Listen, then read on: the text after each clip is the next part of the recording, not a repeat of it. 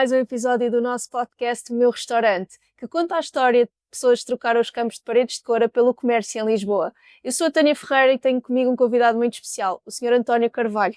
Bem-vindo. Muito obrigado, António Carvalho. É para responder? Não. É como quiser.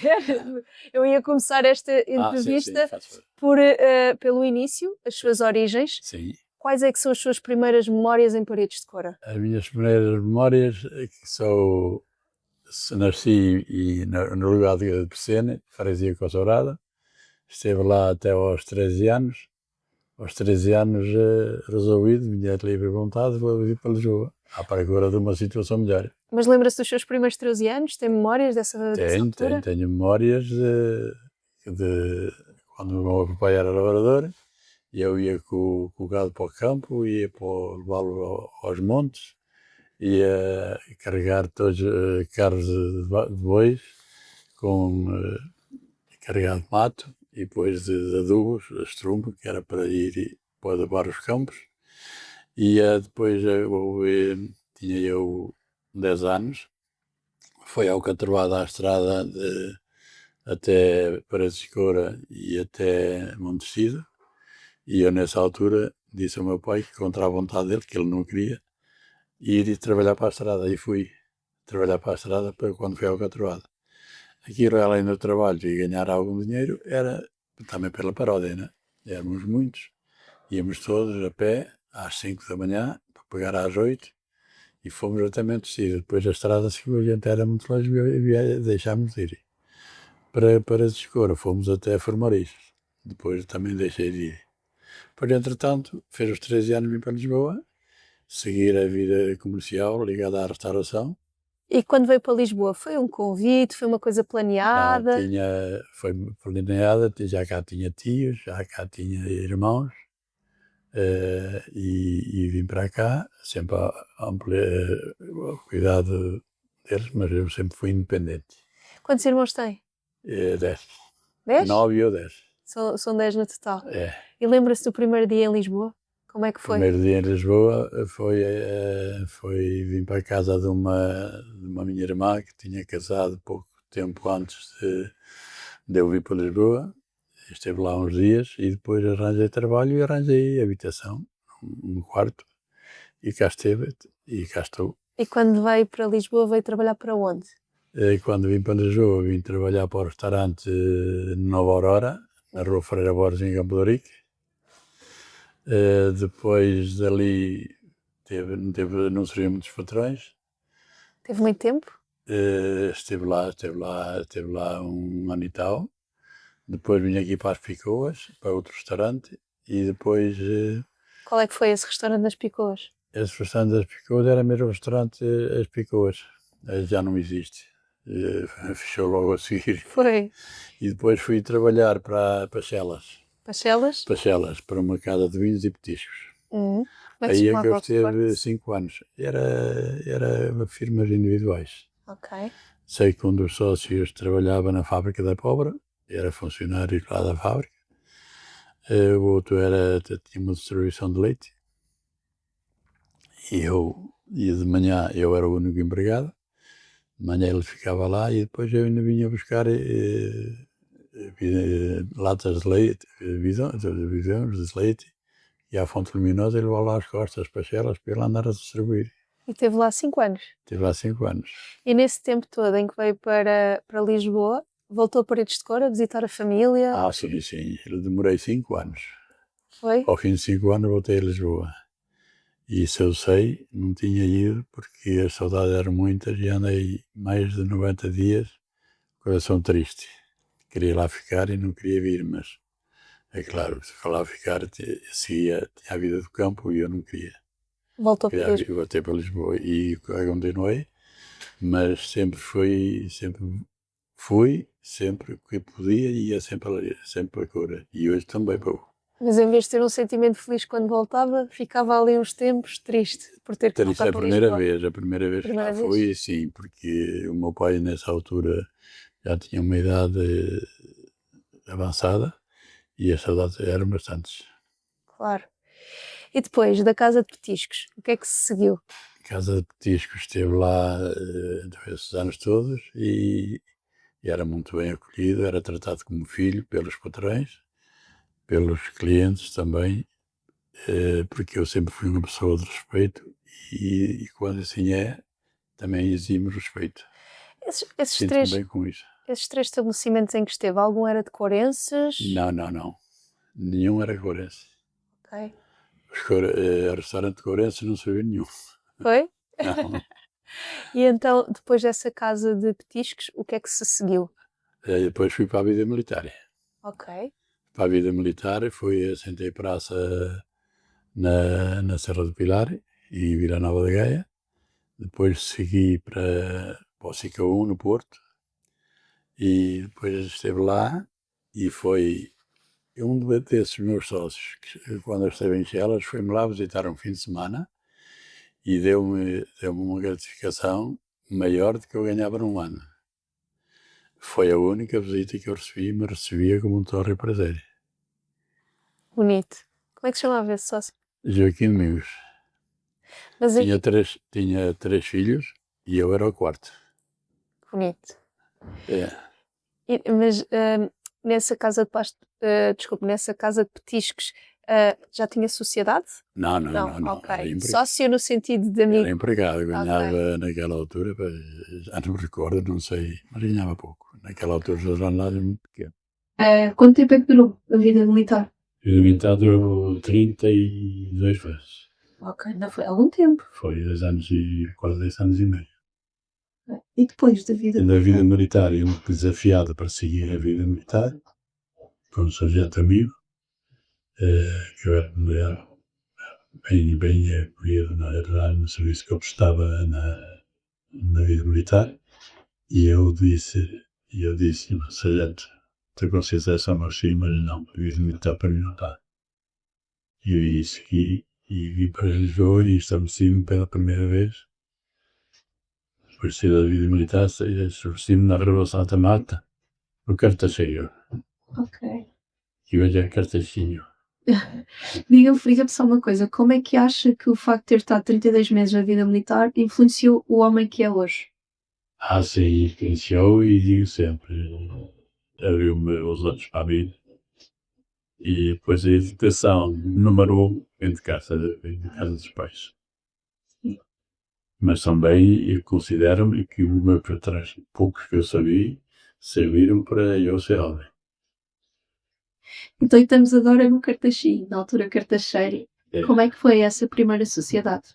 Não, aí não teve sociedade, era só empregado. Era só empregado. Depois da vida, eu fui para a vida militar e no regresso da vida militar é que o irmão mais velho me emprestou dinheiro e estabeleci-me na Rua Santa Marta.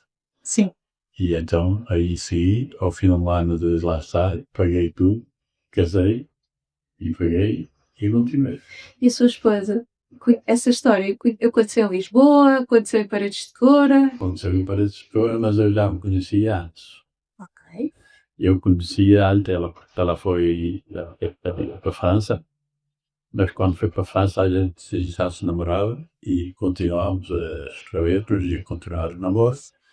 E depois, o engraçado é que eu pedi namoro quando ela estava a pedir uma esmola para o Sr. Bar. Oh, bonito. Ela bem queria uma esmola e eu perguntei-lhe, a esmola é para ti ou é para o Santos? E depois eu tive conversa e começamos a namorar e sim, até hoje. Já são quantos anos? 60 anos. Super, 60 anos, 61. Casei em 65. 65 é 60 anos, que são para mim. E dessa relação? Dessa relação nós temos 2 filhos. Sim. E eu tenho 2 filhos. Tenho 4 netos e 2 bisnetos. Bonito. Os netos mais velhos têm 7 para 8 anos e o mais novo tem 1 ano. Lindo. E então voltamos aqui um bocadinho ao seu curso profissional. Primeiro, assim, a sua primeira sociedade, por assim dizer, como é que foi? Essa primeira sociedade foi então na Rua Santa Marta, no Cartacheiro. Depois ali, ao fim de um ano, paguei o dia que me ofereceram e depois com o primeiro dinheiro comprei um carro. Ok. comprei e pus-o à venda nesse fim de semana e ganhei mais dinheiro que ganhava na restauração. Tua perspectiva de comprar um carro já foi numa de Já negócio? foi numa opção de revender. Ok, E daí veio o negócio dos automóveis. ok. E depois, mais tarde, dos automóveis veio o bichinho da imobiliária, Ok. ligado à construção. Em paralelo com a hotelaria? Eu em paralelo com a hotelaria, Ok. coisa que ainda faço hoje. Certo. E ainda tenho restauração, mantenho a restauração, embora não esteja na dirigência. Mantenho, mas o que eu gosto mesmo de tudo que fez a vida é a construção. A sério? Que essa paixão? Não sabia. Paixão. Além então do cartacheiro, que mais negócios surgiram a seguir? Na hotelaria? Depois da hotelaria foi Santiago.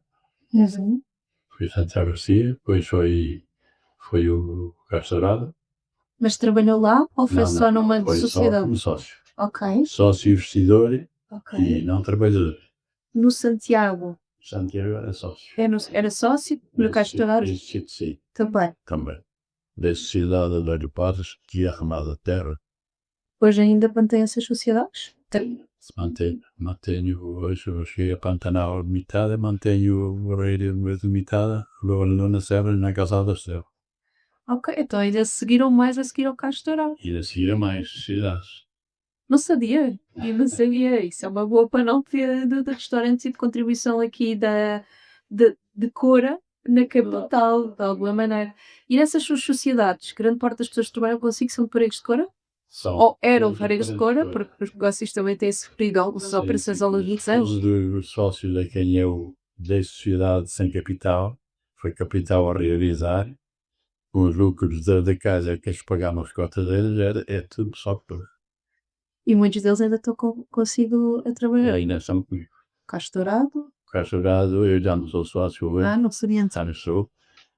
Do Pantanal ainda está um dos sócios que é de Santiago já me disse show. Uhum. E daí mantenho. E depois tenho a sociedade na construção, mas essa aí já é uma sociedade familiar. Os sócios são esposa e os filhos. Falou dos seus investimentos em Lisboa, também investiu em Paredes de Cora? E investi. Comprei um andar na vila, em frente ao centro comercial. Era para a minha sogra e depois ela não me quis. E eu, como tinha dado a palavra, fiquei eu com ele. E a minha mulher disse, olha, não vendas porque pode ser que os filhos venham cá mais vezes. E eu ainda o mantenho hoje e vou mantê-lo toda a vida, enquanto for vivo.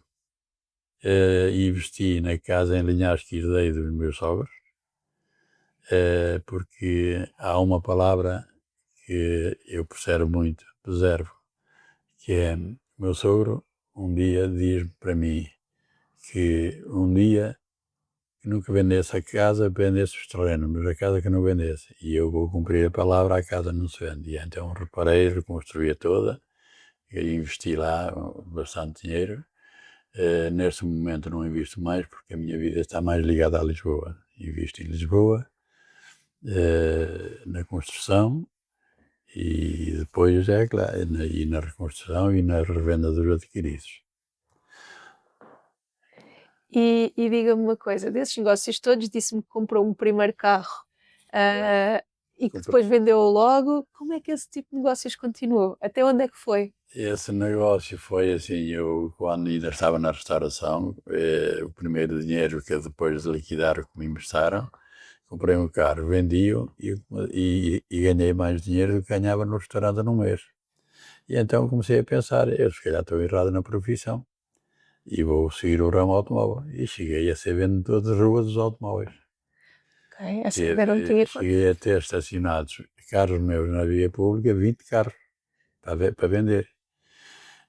Vendi, depois em 1970 vendi o restaurante, que era a sociedade com um irmão meu. Qual é que era? Era o Américo. Ok. E vendi e fui para a rua, para a Avenida João Crisóstomo, a abrir o stand Carvalhauto. Ok. E depois aí esteve e ainda estou. Vendi centenas de carros inclusivamente até para Coura, muito para Coura. E pronto, e depois dos automóveis seguiu, arranjei economias para comprar o primeiro prédio. E foi assim que eu consegui chegar à imobiliária. E qual foi assim o carro que vendeu que nunca lhe saiu assim da cabeça? Assim, algum? O carro que eu gostei, os que eu comprei para o negócio, eu não tenho pena nenhuma de os ter vendido, porque ganhei. Os carros para serem meus, tinham ser Mercedes. Mercedes? Mercedes. Todos os carros que você... A que eu teve, para mim, Era Mercedes. Tive Mercedes. Ok. E depois adquiriu o prédio?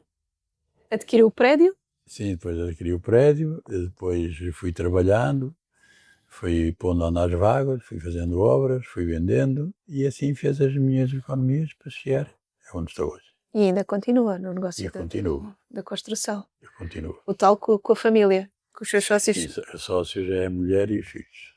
Que bom. Os seus filhos também trabalham diretamente consigo? Hoje trabalham. Ok.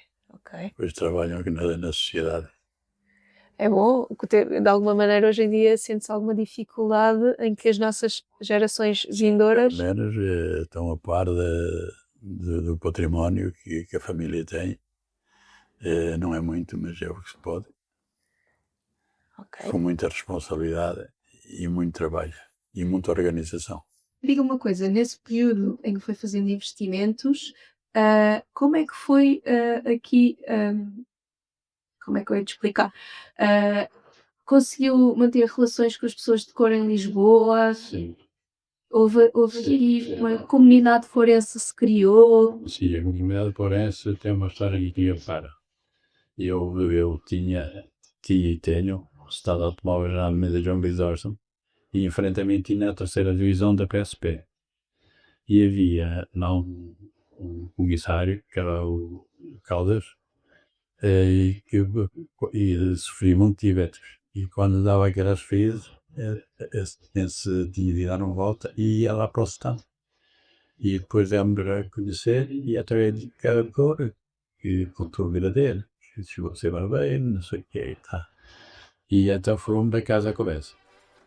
E convidam-me para uma reunião, e ainda no dia 7, foi na rua, foi onde era o... Campina? Armando. Não. O Armando era lá embaixo na Baixa. E convidaram-me para eu ser presidente do Conselho Fiscal. E eu disse, até cheguei agora e não há ninguém para ser presidente do Conselho Fiscal. Depois fui andando sempre por os todos, em banda parece. E estou satisfeito por a cada Corense existir. É uma união de Corenses e que tem um gesto a sério, também se deve procurar. E há vontade, porque eu aqui posso dizer que toda a gente sabe, os sócios me conhecem, que isto aqui eu fui o engenheiro, o arquiteto e o trabalhador, o servente. Isto foi tudo feito e lá no destino, é claro. Naquela altura ainda se podia fazer, sabe, já se fizesse. Eu sinto-me muito honrado, cada casa agora tem uma sede que não trabalha ninguém, nenhuma gala regional de outros conselhos tem as saudações que a casa parece ter em Lisboa, e sinto-me honrado por isso. E como é que era a Casa Corense antes de ter esta sede? A Casa Corense andava a fazer reuniões de casa em casa, e fizemos muitas localmente, e fazia as reuniões e depois fazia uns eventos, matar-se ao porco, chegou-se a matar porco. Sim. Sempre com muita gente. A última vez que eu me recordo foi a estarmos na Casa B, com um evento com 600 participações. Aí já não se podia matar porco, mas roubávamos o porco e pendurava-se, e depois só se deixava, e depois ela matava-se às peças. E tem uma história nesse evento, o Léo Sampaio, foi falecido, era presidente, andava em campanha com o mandato da Câmara de Lisboa. E permitiu, e disse, eu fiquei na mesa, a minha desculpa, ela o segundo lá dentro, E depois à saída, o gajo ofereceu-lhe o bilhete, ia para agradecer o bilhete, que ia subir ao palco para o pé alto, e ele não podia subir, e eu lhe dei o suíço, pôr na mão, no braço, e corri. A facia, e ele agradeceu, e prometeu, se for direito, a Casa Corense tem sede. Mentiroso, porque não deu nada. Só nos recebeu, muito bem, na praça do município. Entregamos a um assessor, e esse assessor mandou-nos para o Campo Grande, para um vereador. E esse vereador disse, para nós, íamos tente, de todos da direção, e da Assembleia, que casos iguais aos nossos, que é aos milhares. E ele não ia prometer nada porque foi parar a vereador, convidado por um amigo, mas nunca pensou ser vereador da Câmara de Lisboa. Um amigo meu, que estava ligado ao ramo, que também é o ramo automóvel, foi ter comigo um sábado, que chovia bastante, e disse que tinha um negócio para mim. Que tinha aqui uma moradia em Campo Lido, na Vila Marques, e eu vim ver e disse, olha, para mim não me interessa. Mas um dia depois, como já existia a Casa Corense, eu disse, numa reunião, olha, há isto assim, um palacete, na Vila Marques, em Campo Lido, e eu, se vocês quiserem, eu vou comprar e para a sociedade. E assim foi. Eu comprei esse palacete e depois a Casa Corense ficou com a casa e pagou-me. E depois aí foi, eles pensavam que isto que já era assim, mas não, há que trabalhar para isto ser assim. Depois, quando fomos à Câmara, então era na hipótese de eles darem-nos uma sede, mas a gente já terá uma coisa para dar em troca. Eles, não, a Câmara, o vereador disse isso está de parte. E então foi quando eu perguntei à sociedade, ou da direção, fomos lá então à Câmara de Lisboa, e eu lhes perguntei o que é que eles achavam, e eu disse, então, foi nessa altura que se resolveu arrancar com a obra e fazer o que está aqui feito. Para depois soldar as contas, andamos a cantar as janeiras. O primeiro ano correu muito bem, cuidado, e foi uma grande ajuda para soldar as contas das aulas da série.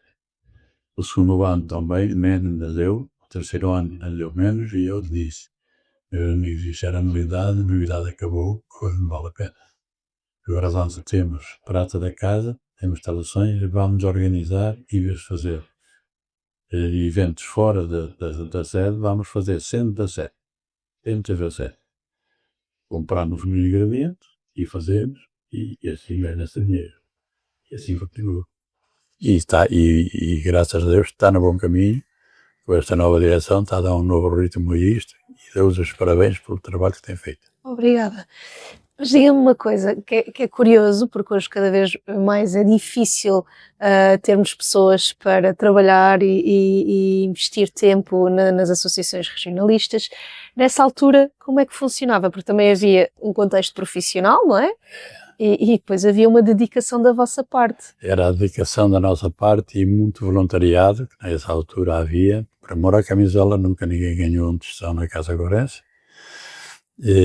Nem lugares de prestígio, porque é impossível ganhá-los, antes pelo contrário, só se perde dinheiro. O que é que vos movia? Movia aquela vontade de ser de Coura, assim como ainda hoje eu sinto-me, só pensar em Coura, sinto-me em Coura. Nestes 35 anos já acompanhou a mudança de direção? A dificuldade que às vezes é termos direções dentro da Casa Corense. Recordamos aqui até o episódio que já tivemos na altura da pandemia, de conseguirmos uma direção para continuar o legado de tanta gente de Coura aqui. Como é que foi esse processo? Este processo foi difícil, assim como foi em todo lado. Não houve eventos na restauração, nós não podemos fazer eventos, mas a Casa Corense sempre se manteve aberta aos fins de semana aos sócios, que era o convívio, e vencemos. e depois, mais tarde, a dificuldade da Casa Corense que eu vejo hoje é sempre no voluntariado para formar uma direção. Sempre assim foi e vai continuar. Deus queira que não, porque isto está a levar a outros caminhos e acho bem, é para melhor. Mas depois nunca tivemos dificuldade no voluntariado para a cozinha, para servir às mesas, mas hoje há uma certa dificuldade. Admiro o vosso trabalho, porque tem parceria com a Casa de Santo António. Santo António, Sim. em que não é a mesma coisa, mas é bom.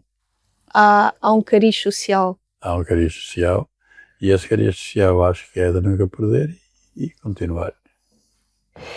E se tiver que dar conselhos a estas novas direções que possam vir e a atual, qual é que seria? O conselho é sempre fazer os eventos cá dentro, porque lá fora dá muito trabalho e hoje também não há pessoal para fazer isso. E depois arranjar outra maneira de chamar os corenses a visitarem a Casa Corense, embora hoje, pela facilidade de transportes, muita gente hoje demora 3 horas a chegar agora. Uhum. E eles saem daqui no pequeno almoço e vão lá almoçar agora. Almoçam cá e vão jantar. E isso desvia um bocadinho os corenses de frequentarem a sede.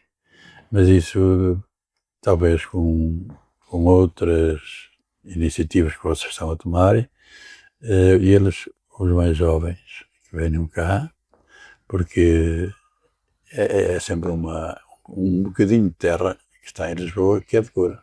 Sim, nestes 35 anos também já perdemos aqui alguns corenses que foram extremamente importantes para a Casa Corense. Foram muitos. Mantendo-se cá, como é que vê a continuidade da casa? Eu vejo a continuidade, já havia a continuidade pior, porque não se arranjava pessoal para a direção, até ao ponto de se pensar em doar isto a uma associação lá de Coura. E depois isso chegou aos ouvidos de alguém e chegou à atual direção hoje, em que realmente as coisas estão no bom caminho e dou-vos os parabéns e felicidades para continuarem. É caso para dizer, saiu de Coura, mas Coura nunca saiu de si. Eu saí de Coura, mas Coura nunca saiu dentro de mim.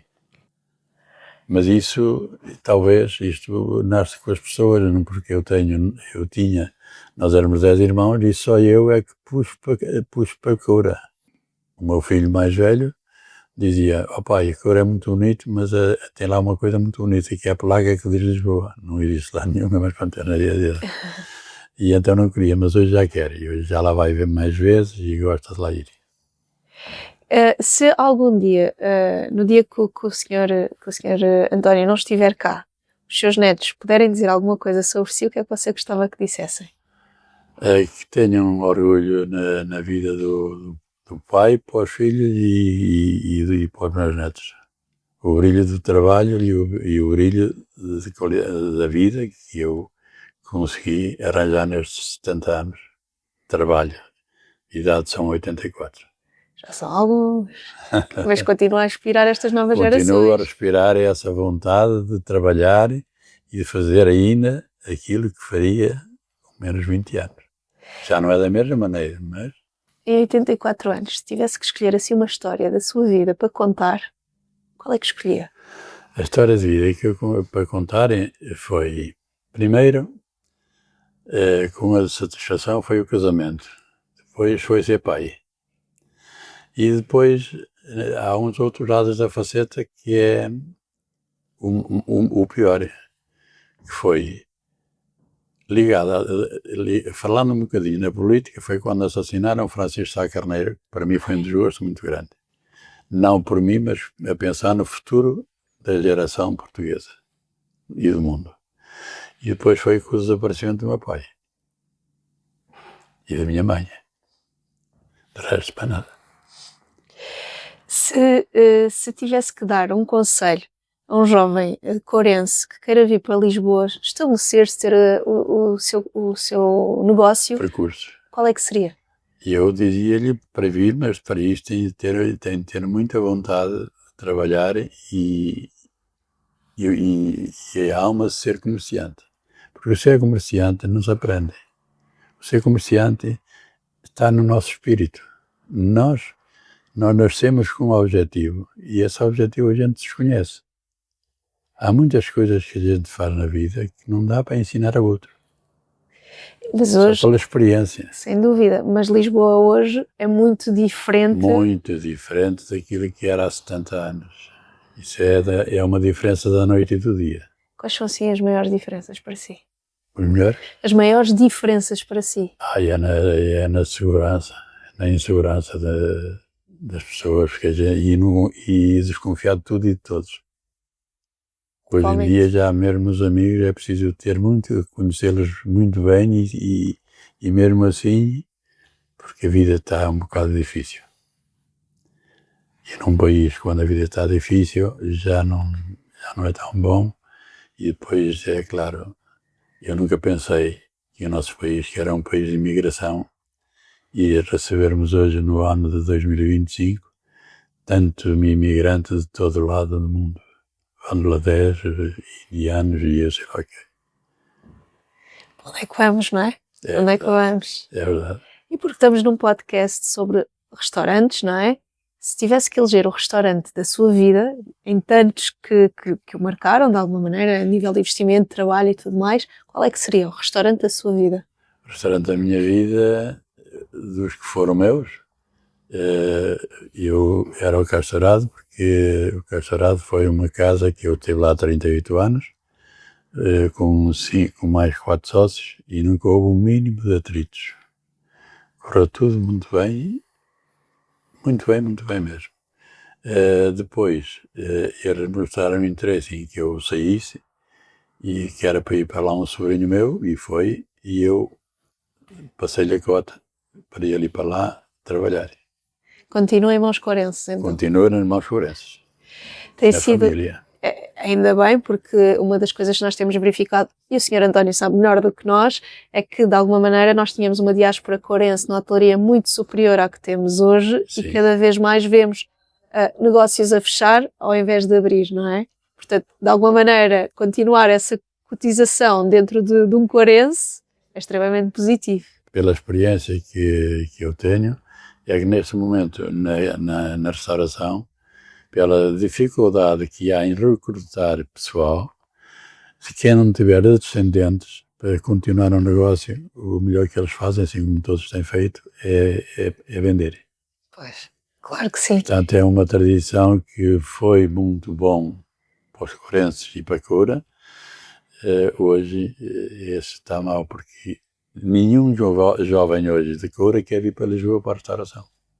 Há uma pergunta, hoje já não está no ativo, mas há uma pergunta que eu gosto muito de fazer a quem entrevisto, que é, se tivesse ainda, no seu caso, se ainda estivesse no restaurante e pudesse escolher uma pessoa para almoçar consigo à mesa, quem é que seria? Pode já não estar cá, pode estar...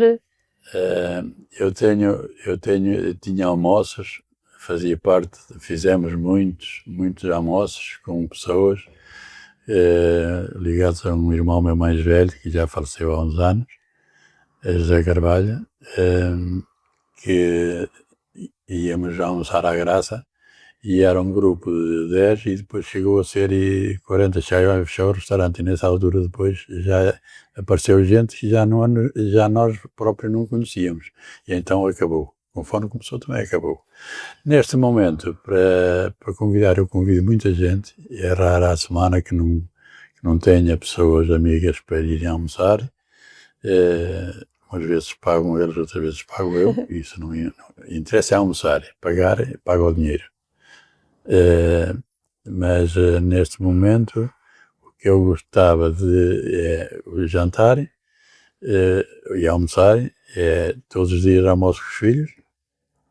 Convido a minha mulher para vir almoçar com a gente no restaurante, ela não quer almoçar aí em casa, tudo bem, respeito. Às vezes, à sexta-feira, Eu digo, olha, vamos bem almoçar e no fim do almoço vamos para Azeitão.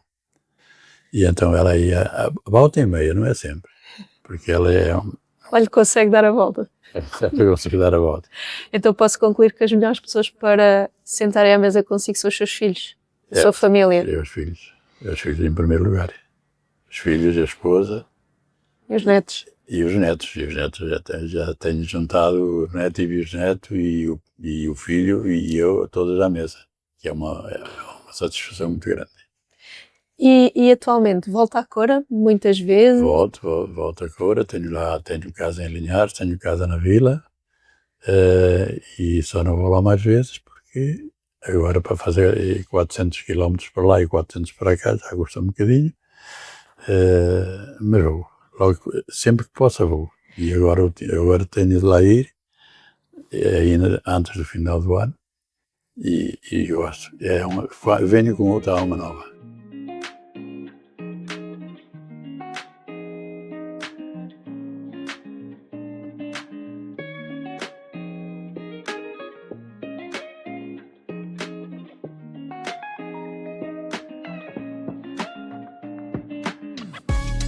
Falámos um bocadinho das diferenças, principalmente no mundo da hotelaria em Lisboa, mas quando olhamos para Paredes de Coura de há 60 anos atrás e olhamos hoje para Paredes de Coura, para si quais são as grandes mudanças? As grandes mudanças são muitas e grandes, até a própria restauração acompanha muito este desenvolvimento turístico e da restauração, acompanha a evolução e sente-se uma evolução bastante elevada.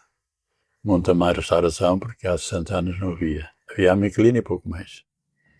E hoje não. Hoje temos muitos restaurantes em Coura e temos depois quem vem para a Fontoura e isso assim há muito restaurante. E a Vila? Quais são as grandes diferenças na Vila? A Vila podia ter melhorado mais, mas melhorou. Está totalmente diferente. Mas isto nunca é tarde para mudar mais ainda. Mas pronto, as coisas que se lá fizeram podiam ter sido feitas de uma maneira diferente, mas quem manda são os políticos. Eu sei que tenho o poder e tenho o dinheiro. Se pudesse dar um conselho ao falar com o António, que tinha 10 anos, 11 anos e foi alcatroar a estrada, o que é que lhe dizia? Dizia que eras maluco. Mas eu fiz isso com muita honra e prazer e senti-me responsável de mim próprio. E depois, mais tarde, quando fui para a vida militar, se eu era responsável, ainda passei a ser mais, porque a vida militar era um ensino. Podíamos dizer ao António, a vida não vai ser fácil, mas vai ser boa.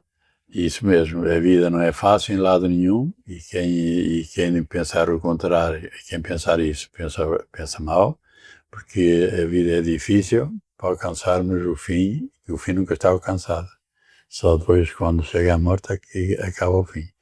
Portanto, aí temos de ter sempre uma ambição de ganhar sempre mais e fazer melhor pelos outros e por nós próprios.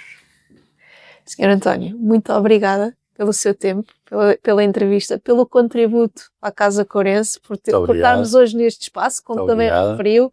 Dou-lhe os parabéns pela maneira que fez a entrevista. Espero ter feito o melhor que sei e o melhor que posso.